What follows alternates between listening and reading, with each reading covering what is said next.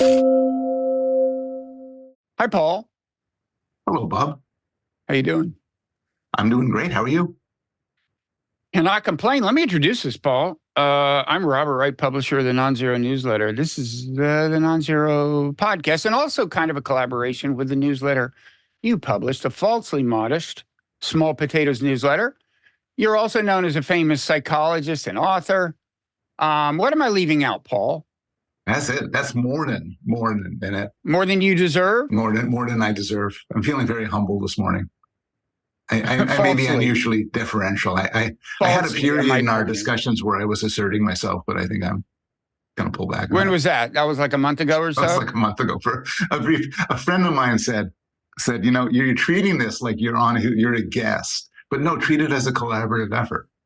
Make a point, direct the conversation yourself, and I did it successfully for a whole session. But then it's just easier to be like a guest in your house. Yeah. Plus, you shouldn't get uppity. Shouldn't get uppity. Well, on this podcast, in fact, I advise all guests not to get uppity. So, a lot to talk. Lots to talk about. Excuse me.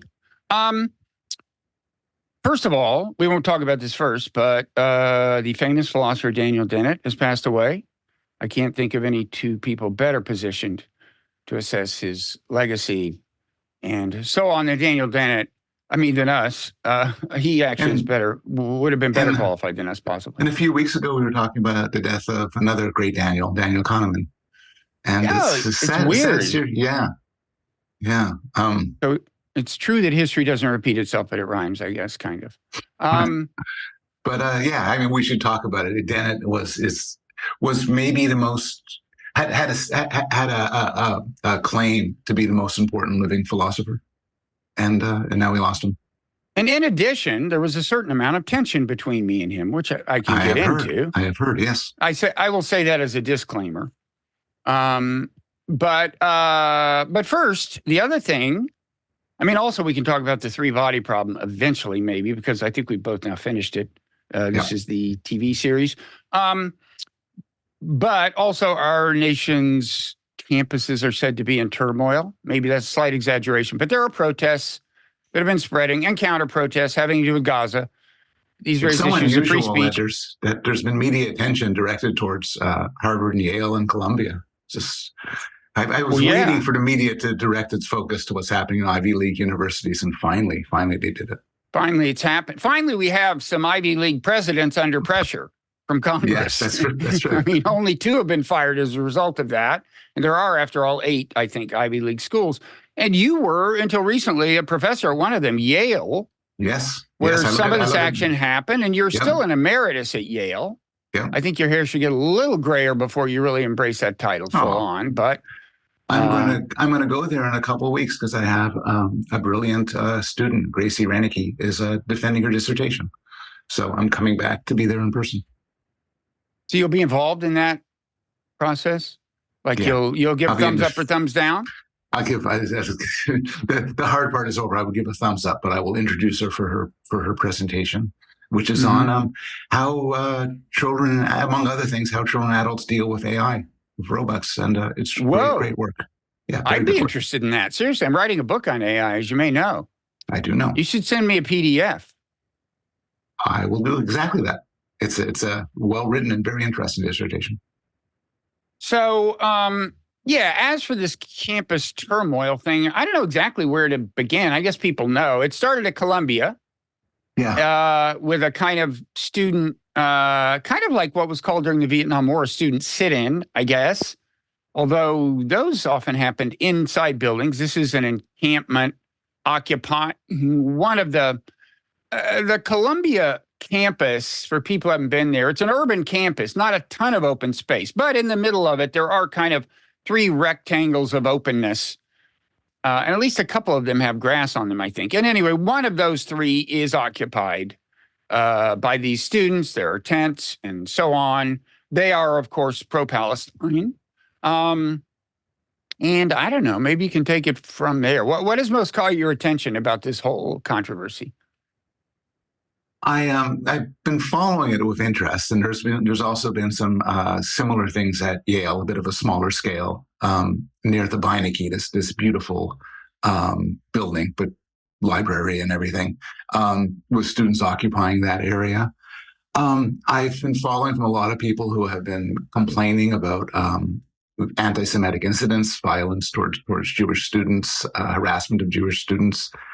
I kind of see. I think some of these claims have been really overblown, because I think some have happened. I've been looking at the debate between people who are saying these things should be shut down by the universities versus those who see it as a horrific infringement on the students' rights and on what they see as a good cause. I guess my main view is kind of predictable, since I'm not a free speech absolutist. There isn't such a thing, but I'm kind of into free speech, and I think that there should be as much. Universities have a right to sort of impose manner restrictions on things. You can't protest in the middle of an intersection. You can't make loud noises 2 a.m. when people are trying to sleep in the dormitories. But they can't, and they shouldn't, suppress speech. And there's many people calling for them to suppress speech. There's one guy, I don't want to talk about him in particular, but there's one guy on Twitter who I know, a prominent social psychologist, who's said many times professors who express what he says is pro-Hamas views should be punished, and students should be punished for their views. And I'm very, very, very much against that. I don't agree with a lot of the views being espoused, but I'm very much against that. That's where I start from. I start from a basic sympathy towards the right to protest, and even the right to say things that are I disagree with, or in some cases I see as despicable. Yeah, and there is a case at Columbia that speaks directly to this. I mean, this is a big part of the issue. The president of Columbia is under pressure from both sides.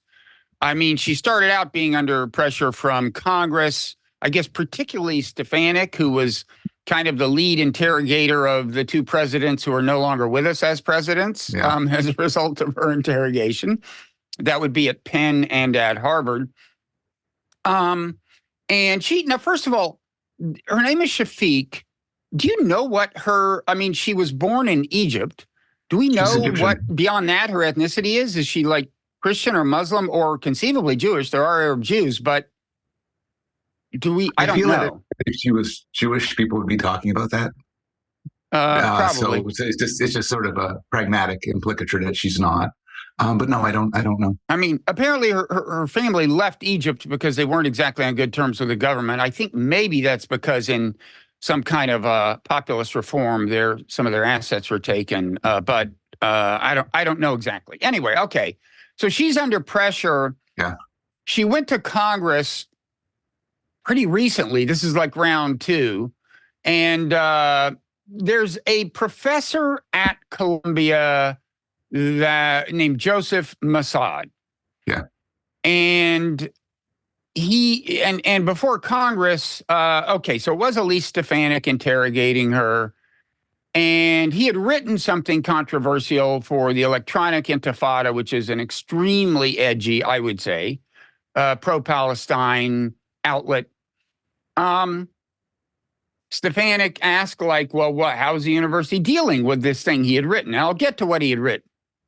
And Shafiq responded, he was spoken to by his head of department and his dean. And Stefanik says, and what was he told? And Shafiq, the president of Columbia, says that language was unacceptable. So I actually went and looked at this, and it's an interesting, this thing Massad wrote. He wrote it on it was published on the 8th of October. He might have written it on the 7th as the thing was happening. I don't know. But what it is this, he could argue that it's just repertorial, but it's very clear. It's on the other, it's extremely clear where his sympathies lie. Yeah. So it starts with, what can motorized paragliders do in the face of one of the most formidable militaries in the world? Apparently much in the hands of an innovative Palestinian resistance, which early on Saturday morning launched a surprise attack on Israel by air, land, and sea. Indeed, a stunning video show these paragliders have become the Air Force of the Palestinian resistance. Sounds kind of like a wire cutter review of paragliders. Look at how efficient they are, how light and powerful. It actually reminded me of a certain kind of story that you see these days, even in the New York Times, where it's like ostensibly repertorial, but there's like no doubt. Like the subtext makes it completely clear whose side this person is on. The other, let's see, parts of it that got him into trouble. Well, here a little more. Perhaps a major achievement of the resistance in the temporary takeover of these settler colonies is the death blow to any confidence that Israeli colonists had in their military and its ability to protect them. He got into trouble specifically for that. And also there was a part where he said, oh, no less awesome were the scenes witnessed by millions of jubilant Arabs who spent the day watching the news of Palestinian fighters from Gaza breaking through Israel's prison fence or gliding over by air. This was also brought up in the New York Times story. Now, he did say, he certainly didn't do the, but I condemn attacks on civilians. He did, after listing Palestinian casualties, say, meanwhile, and again, he's writing on October 7th or 8th. Yeah. He says, meanwhile, the Palestinian operation has resulted in more than 700 people killed in Israel and more than 2,200 injured, all in all, a horrifying human toll on all sides. So, anyway, I mean, what I would say is, for starters, he didn't say this in the class, okay? Yeah. This is, whatever you think of it, it's also not part of his academic work in any meaningful. This is a journalistic outlet that he wrote this thing for. So I don't know. It's probably already clear where I stand on his department head saying this is unacceptable. I don't think that's acceptable for department heads to speak that way. But you tell me where you stand on this. I'm sure we'll find stuff to disagree about, but this isn't one of them. I mean, I find that kind of view deeply repellent after this massive. This is a horrible view. It's none of the department's heads' business. You mean his view? His view he expressed. Yeah, not yours. Right. His view. His view is awful. It's like, this horrific. Yeah, we don't need to go over it, but it's an awful, amoralistic, perhaps truly evil view. None of the department head's business. None of the dean's business. Professors, and actually people in general, but professors have a special freedom to express all sorts of views, including views people find repellent. And that should have been her answer to Stefanik. And obviously it doesn't play well saying. It's professors have the right to say all sorts of things, many which you will disagree with. We are not in the business of censoring them or punishing them in either way. Now, to say this, as many people, which I think is exactly the right response, it would plainly be hypocritical, because if he said something like trans women are not women, or in a meritocracy, blacks would not have a good role in society, or anything about blacks, anything about women, trans people, he would be sanctioned, punished, and his job would be in jeopardy. So there's a hypocrisy here. But nonetheless, it's still the right thing for to say he has freedom of speech. He has academic freedom. None of our business. If he said it in a classroom, it gets more complicated. Yeah. So to your mind, he could have gone actually a lot further than this. I mean, you said this was like borderline evil, but he didn't say, like killing. He didn't.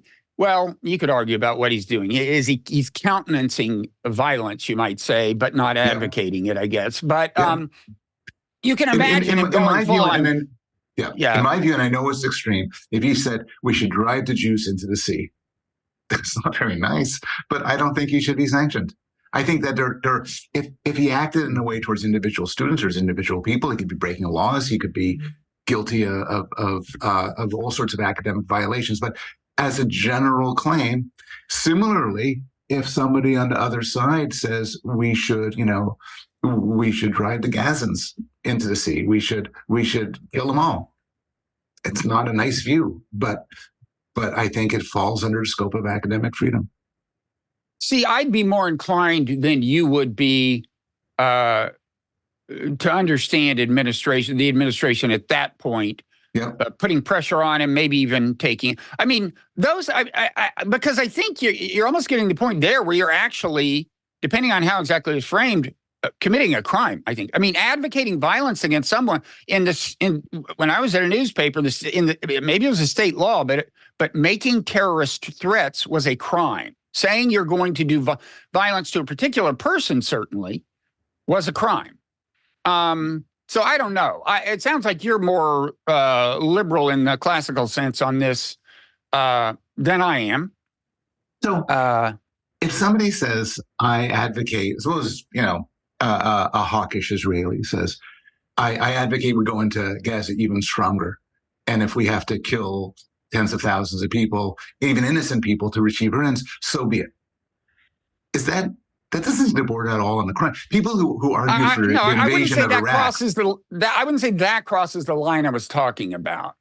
Because most people in the world say collateral damage is sometimes worth it, which is what that boils down to. Technically, it's what it boils down to, regardless of what actually motivates it. So anyway, there's that. Then there's also the issue of the protesters. I mean, are we missing, is there some devil's advocate position that we're missing according to which, because this seems just like an egregious thing for this college president to say. We've told him this is unacceptable.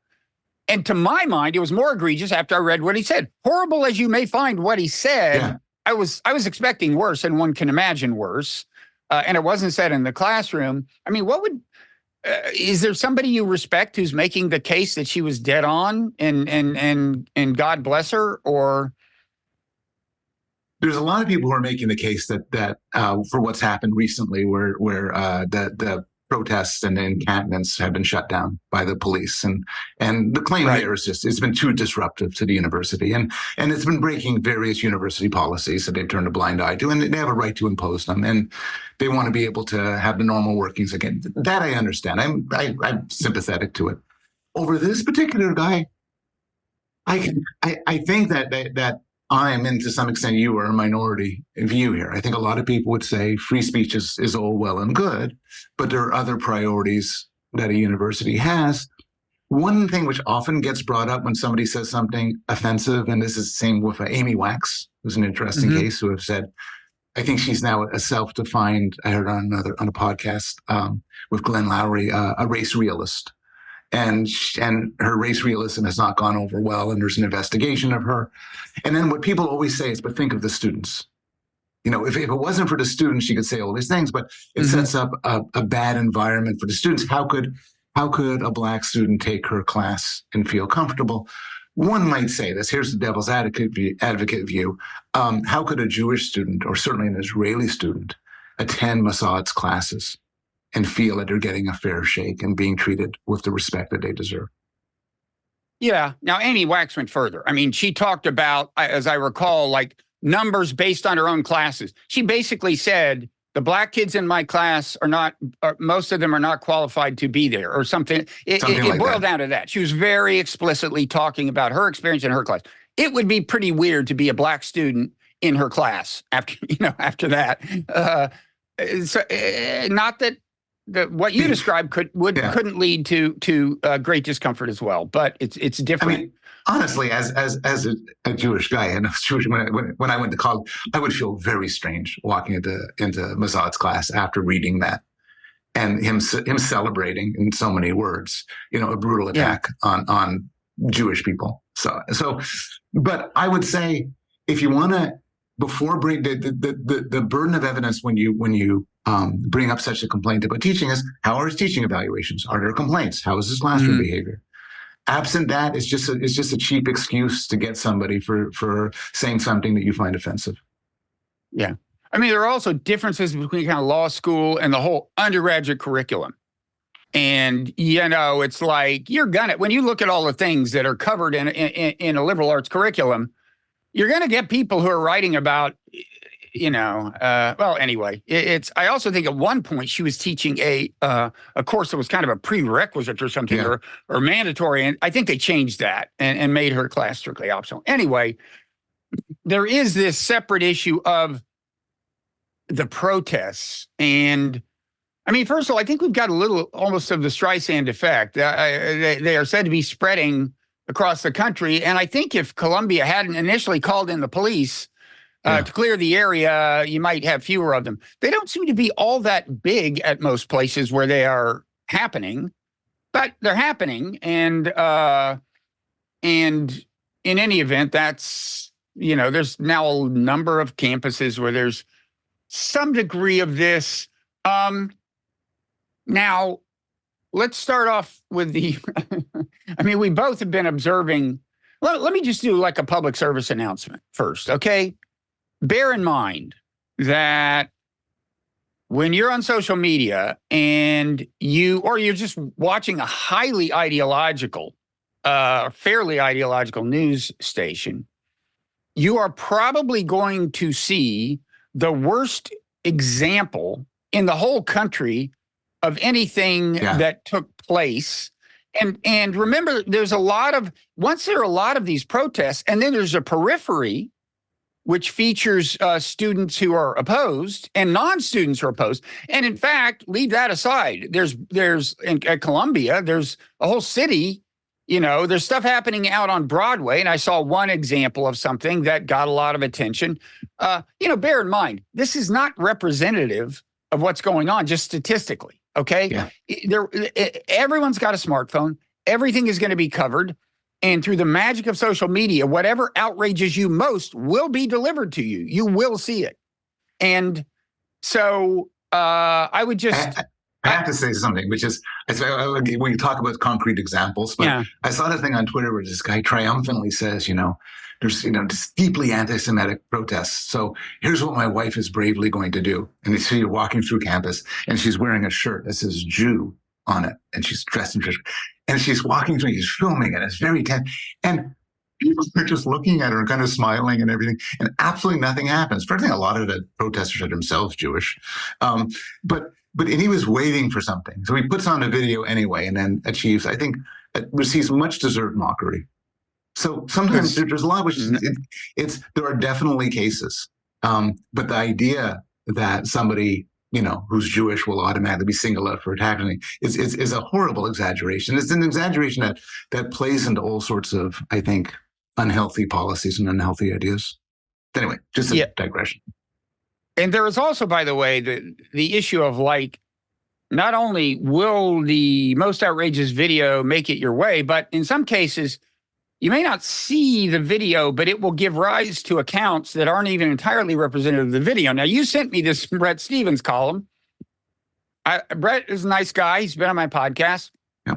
But he got a whole column out of this.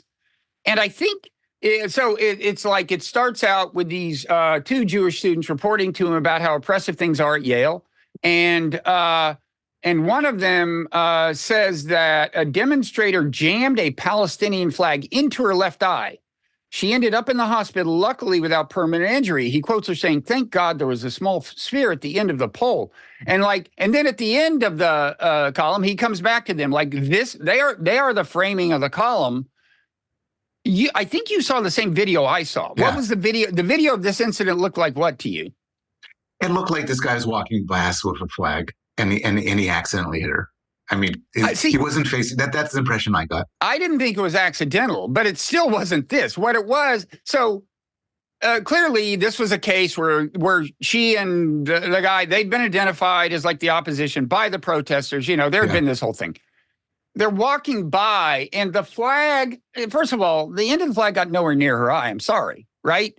It was like it kind of. If you saw what I saw, the flag kind of. And it's not like a big super heavy pole, but it's like a stick, and it kind of goes like that, right? The stick with the end pointing out, right? And I mean, you could almost describe it as a tap. I did think it was you couldn't say for sure. I did think it was intentional and technically assault and very bad. But what I kept seeing the phrase "stabbed in the eye" on social media, and it wasn't that. But if you get a column out of it, that's efficient. And that's what we call efficient journalism. We've both seen the videos. In Columbia, some of the students were chanting like "Burn Tel Aviv" to the ground, and outside the gates of Columbia, it got a little bit, people screaming. I'm not sure that was in Columbia, by the way. I think that was at a subway. That looked like an overhead view of a subway stop, where there were about 15 people chanting that. You might be right. Yeah.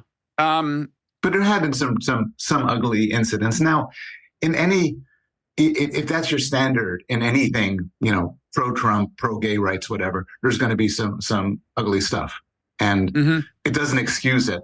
But to use it as a way to say we have to shut down the whole thing, by those standards, just about every protest would be shut down.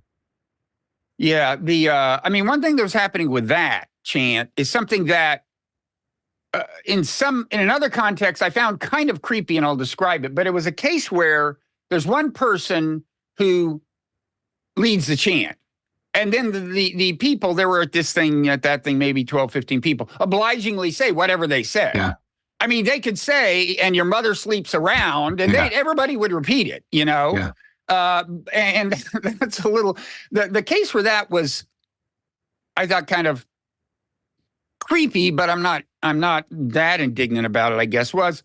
So there were these protesters who I guess were trying to encroach upon the space of the Columbia encampment. Did you see this where, and somebody said, the Zionists are coming. Yes. And that was a little creepy. Although, look, Zionist is not an ethnic designation. It's an ideological designation still. And then the guy leading it, they form a line and say, we will not let them enter, or something. Everybody says, we will not let them enter. And then he says, we will take a step forward to clear the space, or something like that. And they take a step forward. I hate it when any group of people is unthinkingly repeating what one person says. Yeah. But that was like the creepiest thing I've seen. On the other hand, it would be a recipe for serious trouble if, once you've got this encampment, you've got anti-protesters, which in the age of social media includes true provocateurs, inevitably on both sides, kind of walking through trying to get attention. Like, that could lead to really bad stuff. So I don't know. Have we solved everything? I don't think we've resolved everything. Look, I mean, just 2 points. One thing is, I think we're in the same day. I think there have been anti-Semitic incidents that they have been blown out of proportion, exaggerated, in some ways that are in themselves, I think, very harmful to Jewish people, Jewish students, who are then sort of being given the message that they hate Jews at Columbia. And I think that there are problems with this. In the age of social media, you're always going to find a clip. I also think, though, and I've heard reports from this, that it's an odd time to be walking around a campus wearing a yarmulke, being obviously Jewish. I think that there is definitely hate crimes directed towards Jews at a higher rate than other groups. And it should be the cause of a lot of concern on campus. And then the second thing is, again, there's the hypocrisy, which is that I think administrators, and this is what the Republicans are on about, and they're kind of right, administrators are a lot more lenient about views that are expressions of views that are in some sense anti-Jewish than they would be at any other group. And you sent me this thing by John McWhorter talking about the parallels between this and the South African apartheid. By the way, he's taking massive heat on Twitter for this column. I mean, from one side, from the pro-Palestine side, but inordinate heat. Anyway, go ahead. So he talked about ways in which it's similar and which is different. But one way in which it's very different is that there were not, I assume, not that many white South Africans on campus at the time. Right. And they weren't identifiable. Not that all Jews are, but some choose to be. Some choose to be. Yeah. And but the anti-Israel, pro-Palestinian side blurs into feelings about Jews, and there are a lot of Jews on campus, and this is what makes this very different. Yeah. And I will say, as much as I wish some college president would have the courage to say to Elise Stefanik, and this Columbia president failed this test again, like the rest, have the courage to say, look, from the river to the sea, it means different things to different people. And I think to most of the students in my college chanting it, it doesn't mean kill all the Jews, okay? Yeah. And which is, but of course Stefanik said, yes, I find it deeply offensive. And even, I think this is her other pretty egregious, she's under a lot of pressure right now, I think, from a lot of faculty people and so on. She said that, that phrase might warrant discipline, rather than actually create some clarity. Anyway, much as I want to say that, I also want to say it's understandable in the current political and geopolitical context that if you're Jewish and you hear that, it would feel very uncomfortable. Yeah. And you might think it means push the Jews into the sea. And to some people saying it means that. Certainly, you could find people somewhere in the Middle East and presumably America who mean that. But, it's, I take your point. This is a very dicey situation. And, because, of course, there are also Palestinians and Arabs and Muslims and so on who also have their own set of feelings that are by the same token naturally sensitive in some cases. Yeah. So it's a mess. And it is a mess. And the same hypocrisy issue comes up, though, which is, I think it's perfectly reasonable for you to point out from the river to the sea, and most people saying it absolutely is not a call for Jewish extermination. A lot of Jews say it, and they were involved in the protests. But on the other hand, for everything else, the university's policies typically are you judge something not by the intent of the person saying it, but by the reactions of the people hearing it. So if it involved issues of gay people or trans people or Black people, there would be no means to sort of parsing that you and I are doing. If it's offensive to people, it should be shut down. It's terrible. Yeah. And so there's this double standard being realized. And what a lot of people do, I think, is a huge mistake, is saying, fine, let's include the Jews under the rubric of the gays and the Blacks and so on, and then punish people for saying these things. I would go the other way and say we got to have more latitude for even offensive speech. Right. In a way, this would be an opportunity for college president who wants to go the other way and say... An opportunity for courage. Of a kind, and to do something probably a lot of them want to do anyway, which is make their, campus speeches and so on less susceptible to what some people would call woke pressure, right? Yeah. In other words, want to just stick to a consistent, pretty free speech line. It would be a chance to say, these protests should go on, and we should not discipline people for saying this, and we shouldn't discipline that professor, and so on. But in light of this, we realize we've been a little too sensitive on other issues, and we're going to be more on the free speech side there. It would be a chance to say that. But maybe final thing I just want to say is, I guess I sent you this video, or did you? I think I sent you the Scott Galloway video. Oh, so yes. He's a professor at NYU, but also just kind of an intellectual celebrity with a podcast and this and that, and he's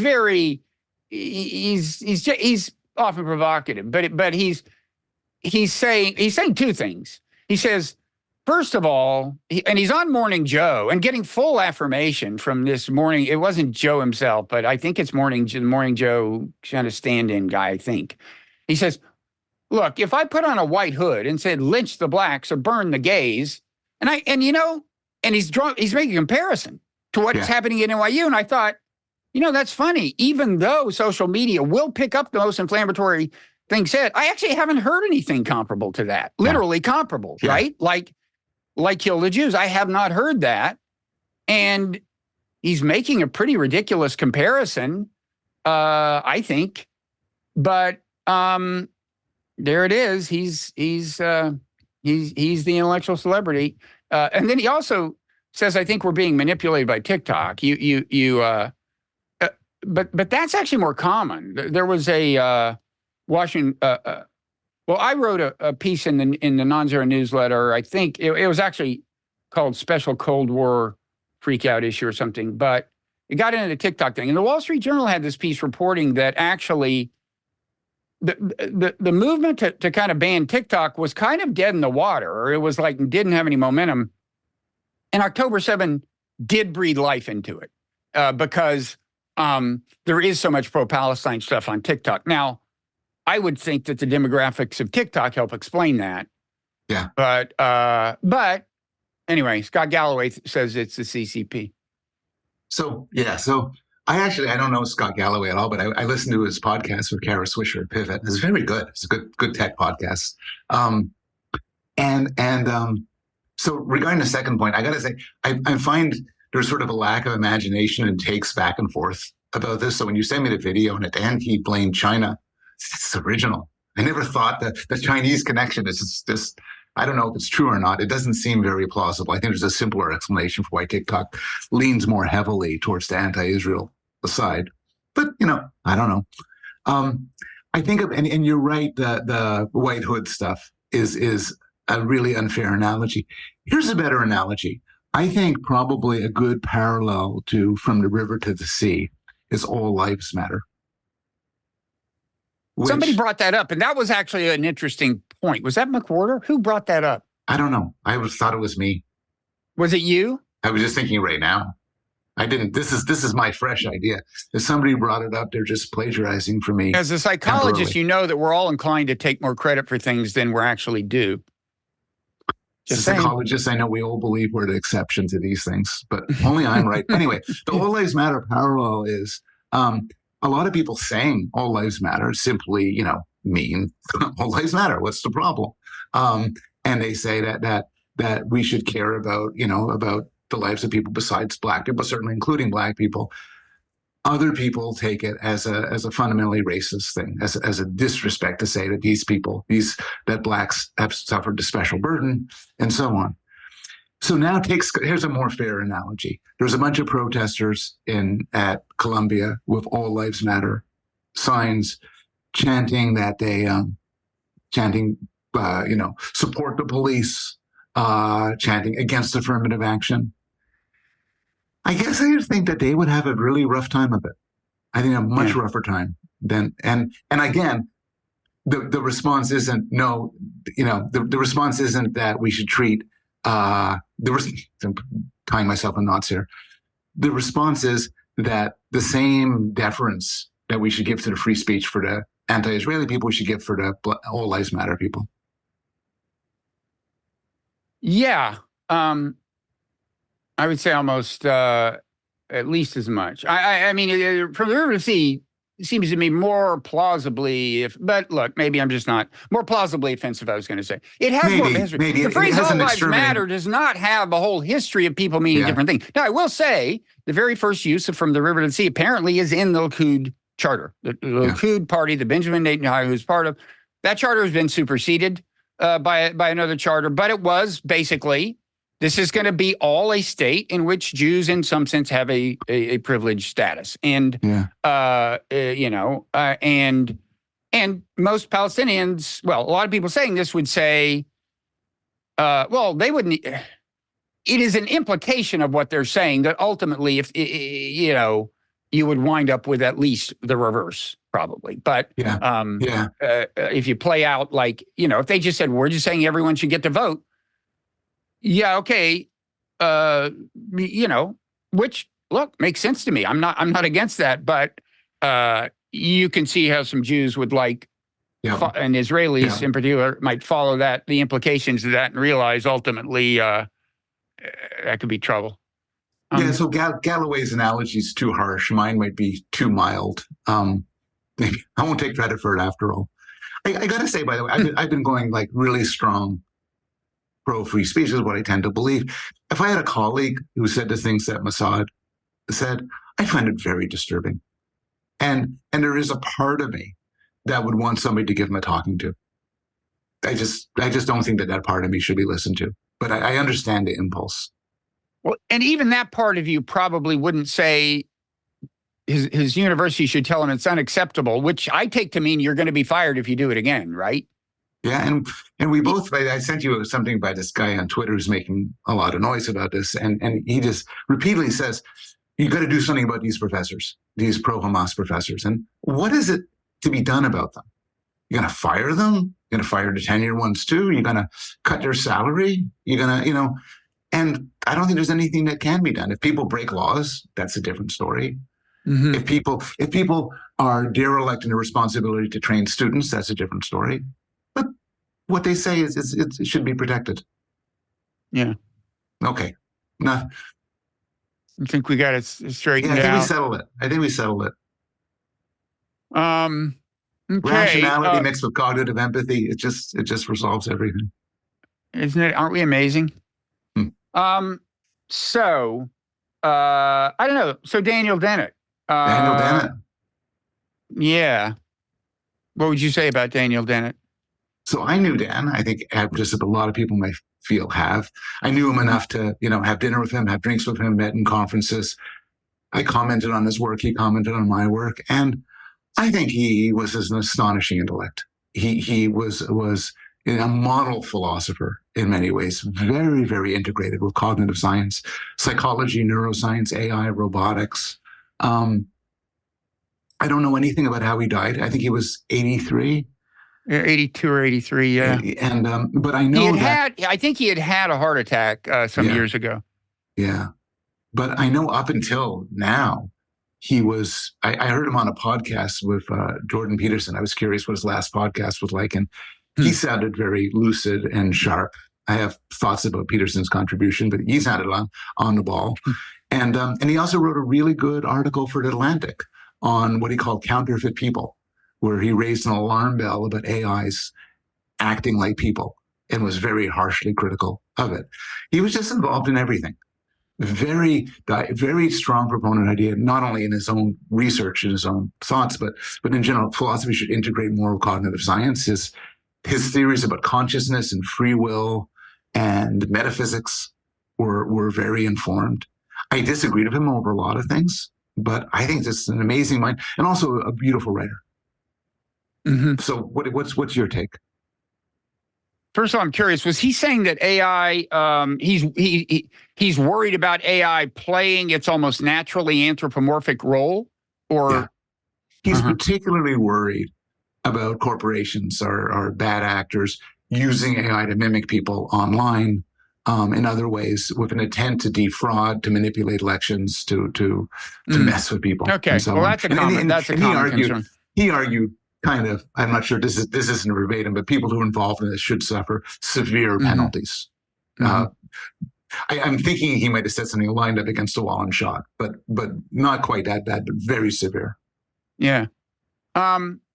So I knew him. I debated him at Harvard once when my book Non-Zero came out.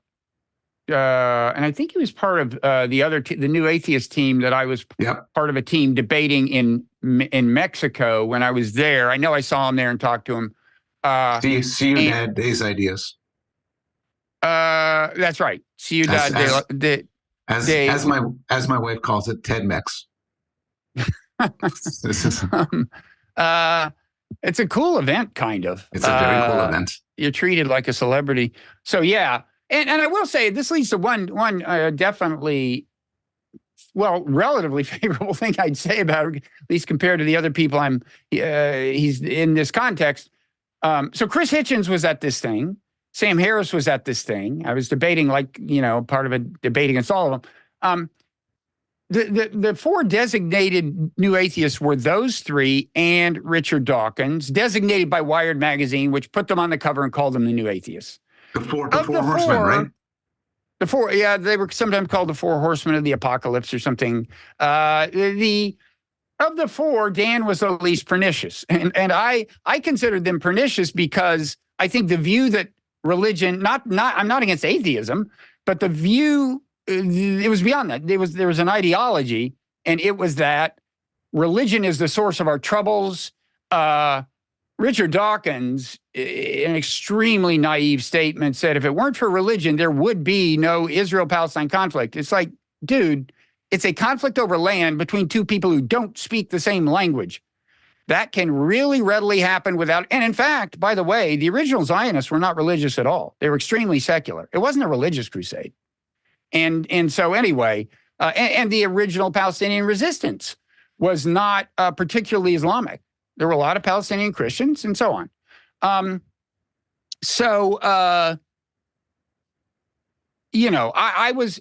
personally thought this was the kind of ideology that just drives, the foreign policy we were seeing at the time, which was George Bush's foreign policy. And I don't think Dan Dennett really bought into that. Maybe I'm missing something, but I thought the things he said about the war on terror that I heard were mostly reasonable things. Whereas Sam Harris was like, there's some really creepy things he says, like we're gonna have to see some real blood, and we're gonna blah blah blah. It was like it was gross, and I think history showed that it wasn't wise. But so that was I thought he was very reasonable. Now he was very kind of reasonable generally. Well, there's an example I have that touches on me that I'll get to in greater detail later, where I don't think he was being reasonable, but happens to all of us.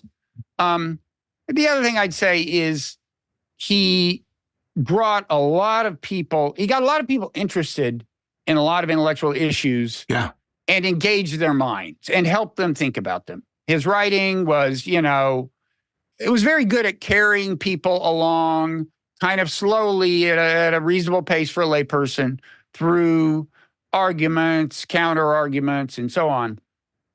I mean, would you say, I'm not enough of a philosopher to talk about his big achievements in philosophy. Would you say he was more of a popularizer than he advocated positions for sure. He wasn't a popularizer in the sense of, in the minimal sense of it. But what, I don't know, did he make, are there contributions he's known for among philosophers? Yeah, I think there are people who are just pure popularizers, and there's people who nicely straddle both. There's who are well respected in their fields and popularizers. And Dennett is definitely one of them. Similar in some way to Dawkins, at least during most of his career, where Dawkins was taken very seriously in the field, but also become much of a popularizer. So Dennett was well known for his work on consciousness, his series of consciousness, his work on free will. I think that those are on intelligence and cognition in general. Played a role in the nativism debates over nativism, in the debates. Certainly a very strong adaptationist, and arguing for the very powerful role of natural selection in creating our minds. And so, and these views he espoused in popular works, but they're taken very, very seriously. You read current work in philosophy of mind or consciousness and so on, and Dennett is referred to, with a lot of seriousness. So, and he had long-standing debates with philosophers. Certainly, the one I found most entertaining, because I was a graduate student at MIT, was with Jerry Fodor, who was also a brilliant philosopher and a very strong debater, and they would often debate issues. With David Chalmers, who's currently at NYU, there was a long-standing debate about consciousness, about zombies, and he's very, very taken very seriously in the field.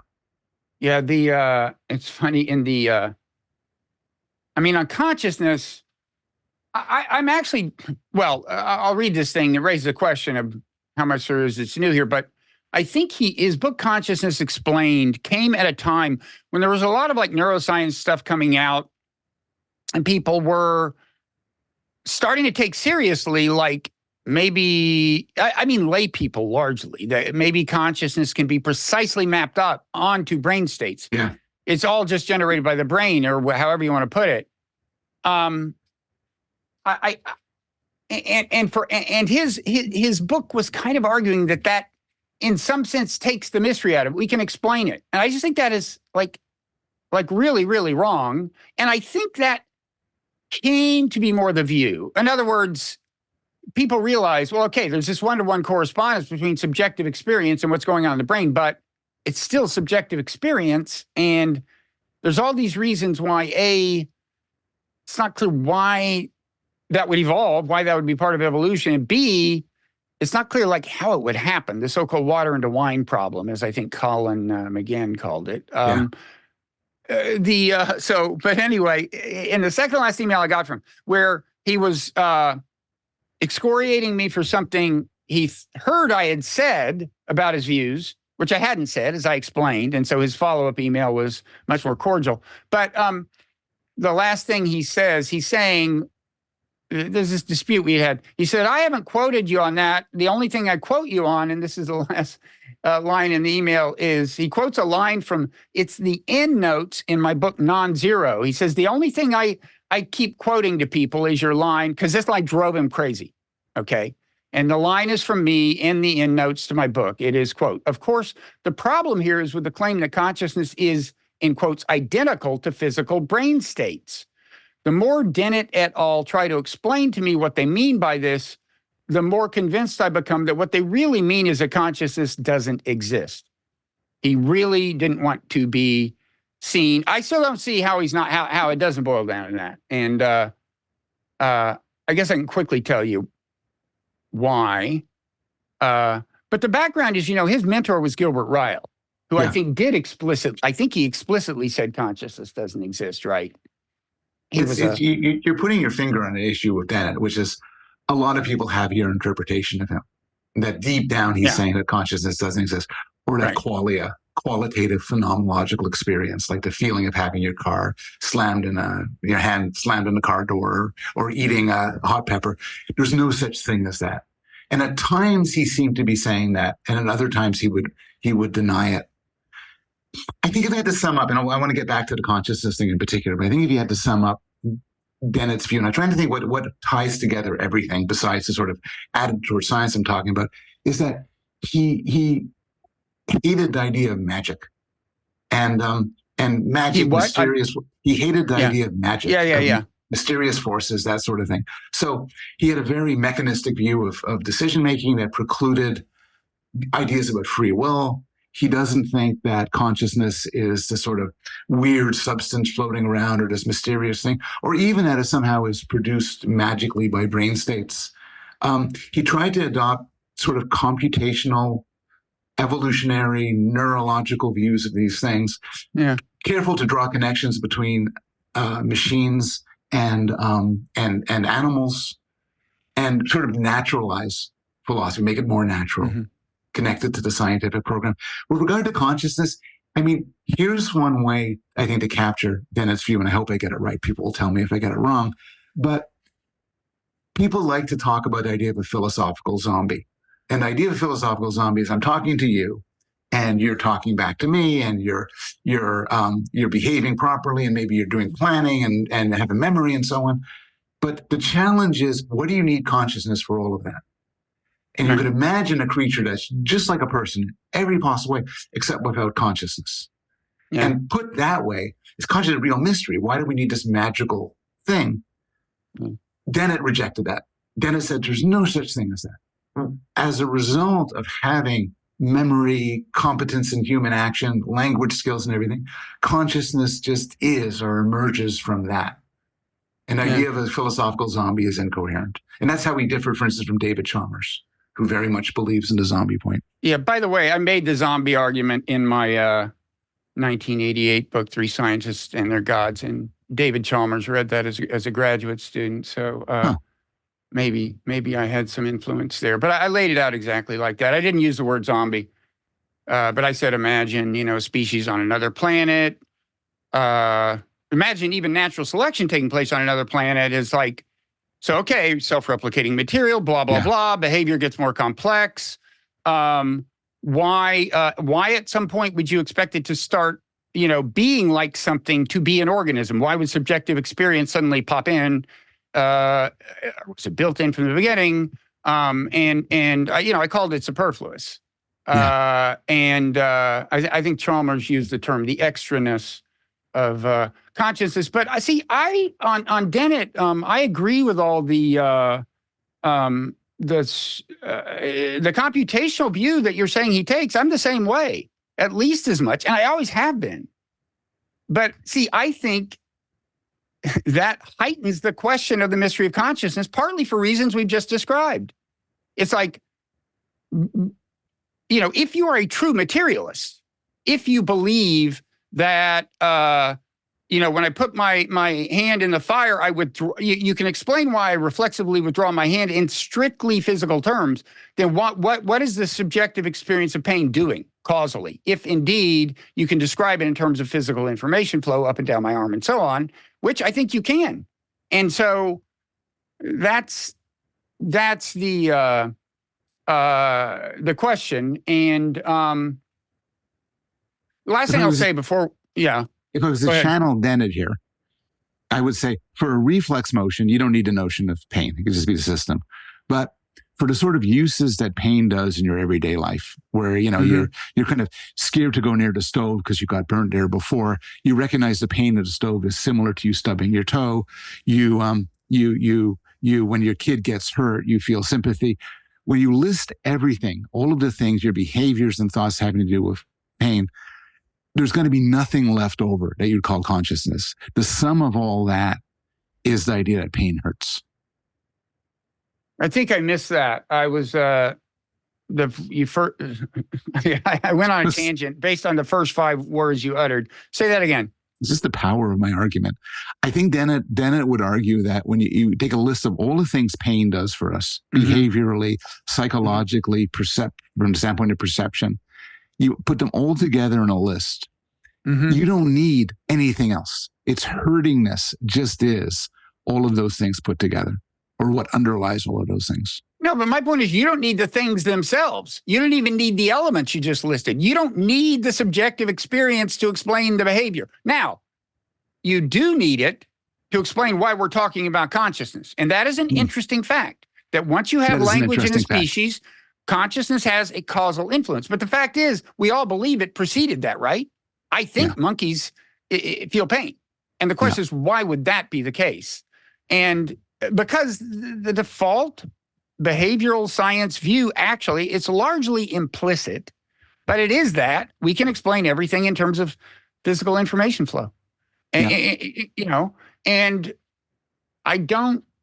And that, by the way, is a commonality between your picture and Dennett's. So Dennett was unsympathetic to people like John Searle, who thought brains somehow, it's a matter of having a brain. He said any computational system of sufficient complexity will be conscious. Sure. Last thing I'll say before we go into overtime is, to me, the problem is with the claim that consciousness is identical to physical brain states, which I think was his claim, is that for two things to be identical, they have to share all their properties. Would you agree? Like, that's what we need. Okay. Leibniz's law, So physical brain states have a consciousness, have a property that subjective experience doesn't. My physical brain states can be viewed by people other than me. My subjective experiences cannot be. That's what we mean by a subjective experience. To me, this is not very complicated. The reason you can't say they're identical. What the fuck does that mean, other than you're actually saying consciousness doesn't exist? I literally don't understand it. Now, look, smart people say it. Well, who's the guy I had a long podcast conversation with this who he's one of the leading proponents of it probably now. But anyway, this was years ago. But so there's smart people who say it. I don't know what it means, but because you cannot convince me that subjective experience and physical brain states have all of their properties in common. Could I duck that point and throw an analogy at you and get your sense of it? I will take ducking as surrender, but yes. You're going to bring this back later on, the time I gave up on your superior arguments, just like for the simulation theory argument you threw at me. We asked, somebody says, well, what is love? What is the love that a parent has towards their child? And you, a good evolutionary psychologist, say, well, you know, kin selection, reproduction, natural selection guides parents, and particular species like ours, to devote care and affection and concern for their offspring, because otherwise the genes wouldn't blah, blah, blah, blah, blah, blah, blah. And this is expressed in hormones and so on, standard story. And then somebody says, but Bob, are you denying that love is real? No. And no, you'd say no. It is. I'm not saying subjective experience is nothing more than the brain state, which he is. I'm saying it's this bizarre and special thing that gives life meaning. And it's the reason, once we start talking about it, we construct moral systems and think that the welfare of human beings matters. It has a lot of important consequences, which actually feeds into the thing we will talk about in overtime. But no. Love exists. That's what we have not explained. Why does the subjective experience of love exist? You can show me all the brain states you want, and that doesn't explain it. So where would you go from there? Like, what kind of theory do you need that would explain? So you say, look, this brain state is gives rise to consciousness, identical to consciousness. Sorry, gives rise to consciousness, but is not the same as it. So now you need a sort of an explanation for how a brain state can give rise to this other thing. Well, and there are theories. I'm curious what you think. Well, there's two questions. How? The water into wine question. Who knows? I don't know. It's hard to even think about. We may never. The beings experiencing subjective experience may be in principle incapable of really understanding how it comes about. That may be like, some sort of rough equivalent of an incompleteness theorem or something. But as for why, if there is an answer to the why question, it has to be cosmic in one sense or another, I think. And cosmic? I guess like higher being, cosmic? Well, it wouldn't have to be a being. I mean, this gets into what we'll talk about and I should say, although we're about to go into overtime and that's accessible to people who are paid subscribers to either my newsletter, Non-Zero, or your falsely modest newspaper, Small Potatoes. There's a conversation I had with Dennett that is online. If you go to YouTube, Google our names. This is like 25 years ago. I'm like arguably more attractive. I watched the video just than I am now. It's like another being. He actually held up pretty well. I seem to have aged more than he has, but it's the one that's an hour long. The people have like cut this up into clips and so on. It's the one that's around an hour long, the whole thing. And about 10 minutes into it or something, we start talking about whether there could be a larger purpose. Not necessarily that whether the unfolding of evolution could serve a larger purpose, which I think is a real possibility, even though I'm just talking about nuts and bolts material, the material process of natural selection, no spooky forces. And I'm not saying a God necessarily set it up. We could be in a simulation. Extraterrestrials could have planted the initial seed of life with some idea of what they're trying to get.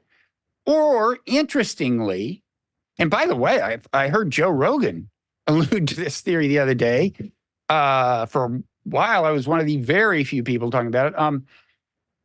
There's a natural selection kind of explanation that involves the replication of universes that could account for evolution having some purpose.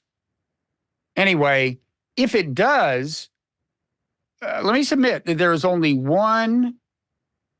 The idea that consciousness is epiphenomenal, right? That it has a relationship to your brain that a shadow of your hand has to your hand. In other words, it is influenced by your brain, but doesn't influence your brain. It's not dualism. It's not Cartesian dualism. The idea that it's just this byproduct that doesn't do anything, you might think it's impossible to have a functional explanation of that by definition if it doesn't do anything. But as we've said, once you have language, it does do something. It changes the conversation. It changes what people do and how they treat each other.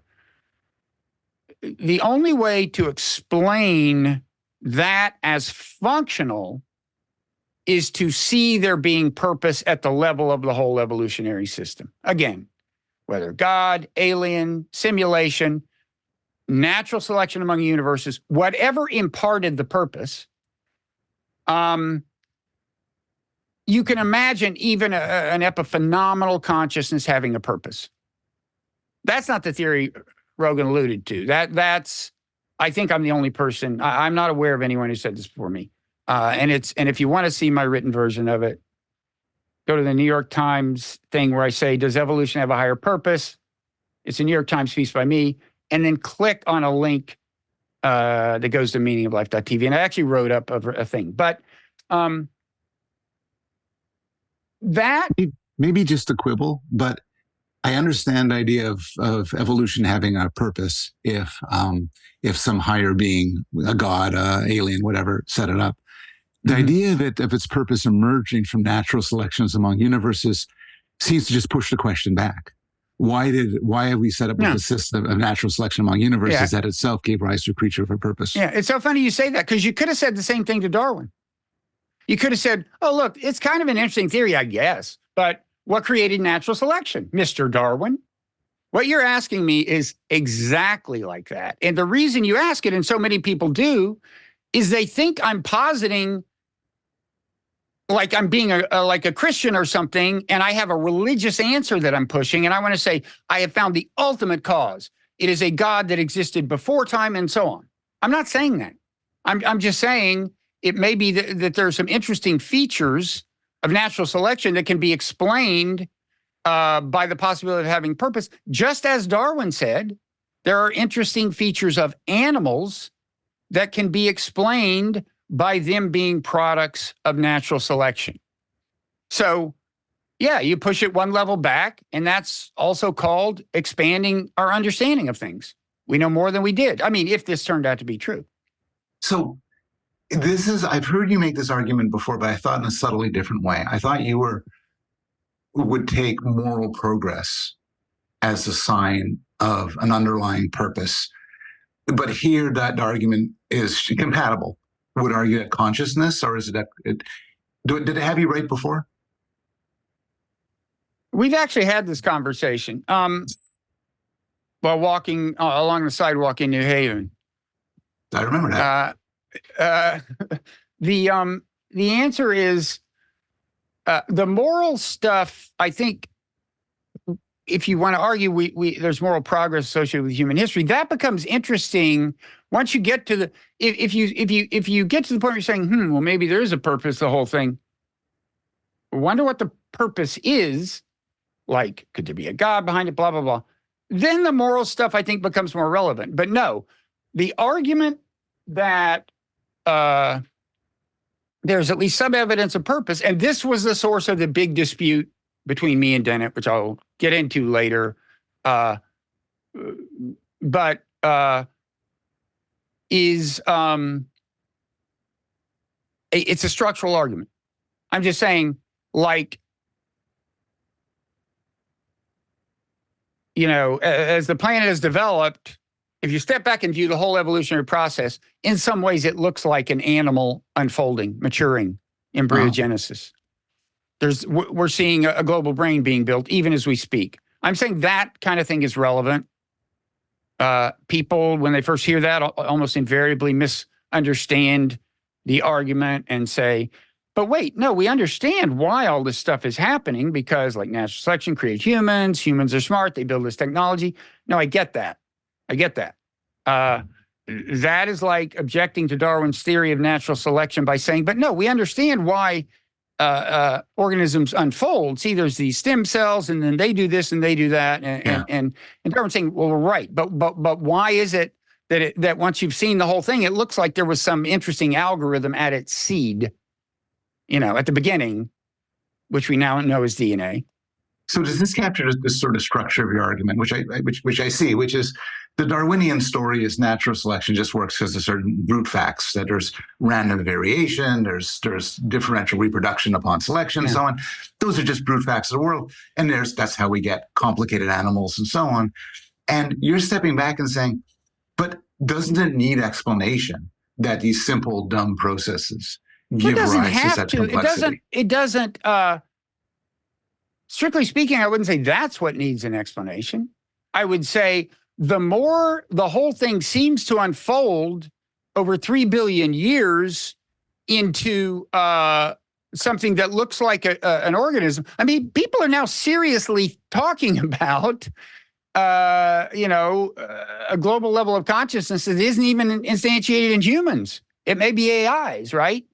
And I'm saying when you see that kind of pattern, and this is, the interesting thing is that Dennett, we need to go into overtime. But I will say that on that video, the 1 hour video, I have this discussion with him, and it starts about 10 minutes in, and he seems to concede after about 10 minutes that yes, what I say, this thing you see in organisms, which is directional movement toward functionality at higher levels of organization. You see that, and as an organism goes from one cell to blah, blah, blah. I say to the extent that we can say that's true of natural selection is that at least some evidence, however tiny, at least some evidence of purpose or of design purpose. We both saw design and purpose as the same thing. We both agreed that you can talk about natural selection designing organisms, instilling the purpose of genetic replication, and so on. And he seems to agree. He seems to say, he seems to finally concede that yes. And I wrote that up in a way that was too sensationalistic, but it drove him nuts. I'll talk about this in overtime. Big argument between us. That was never really, I would say we were never after that on great terms. We talked cordially sometimes, but, and I'll talk about that. But, and perhaps other things. But we've been, do you realize how much content, as they say, we've given away for free, Paul? We keep saying we're going to switch to the paid content. I know. Keep giving it away keep for asking. Free. Yeah, you got me. Somebody got me on my hobby horse. I think there should be some way of billing the free subscribers for this. We should have it should start out cheap. It should be like a pay meter that it's like metered and it grows. The per minute rate grows. And they're like the frogs in the boiling water. Idea. They're like and like they don't know what hit them. And they look at the bill afterwards and go, okay. Also, we might discuss the three-body problem. Oh, yeah, I do. If I still have enough energy left for either of these things. So, again, you can go to either of our newsletters, become a paid subscriber. There will be a post at the newsletter that will contain the overtime and I think let you subscribe to a podcast feed that will include all such overtimes. Okay, so anything else, Paul? No, I'm waiting for the paywall section just as badly as our listeners are. Well, thanks to everybody, including those who are going to follow us into overtime, which is where we are going now.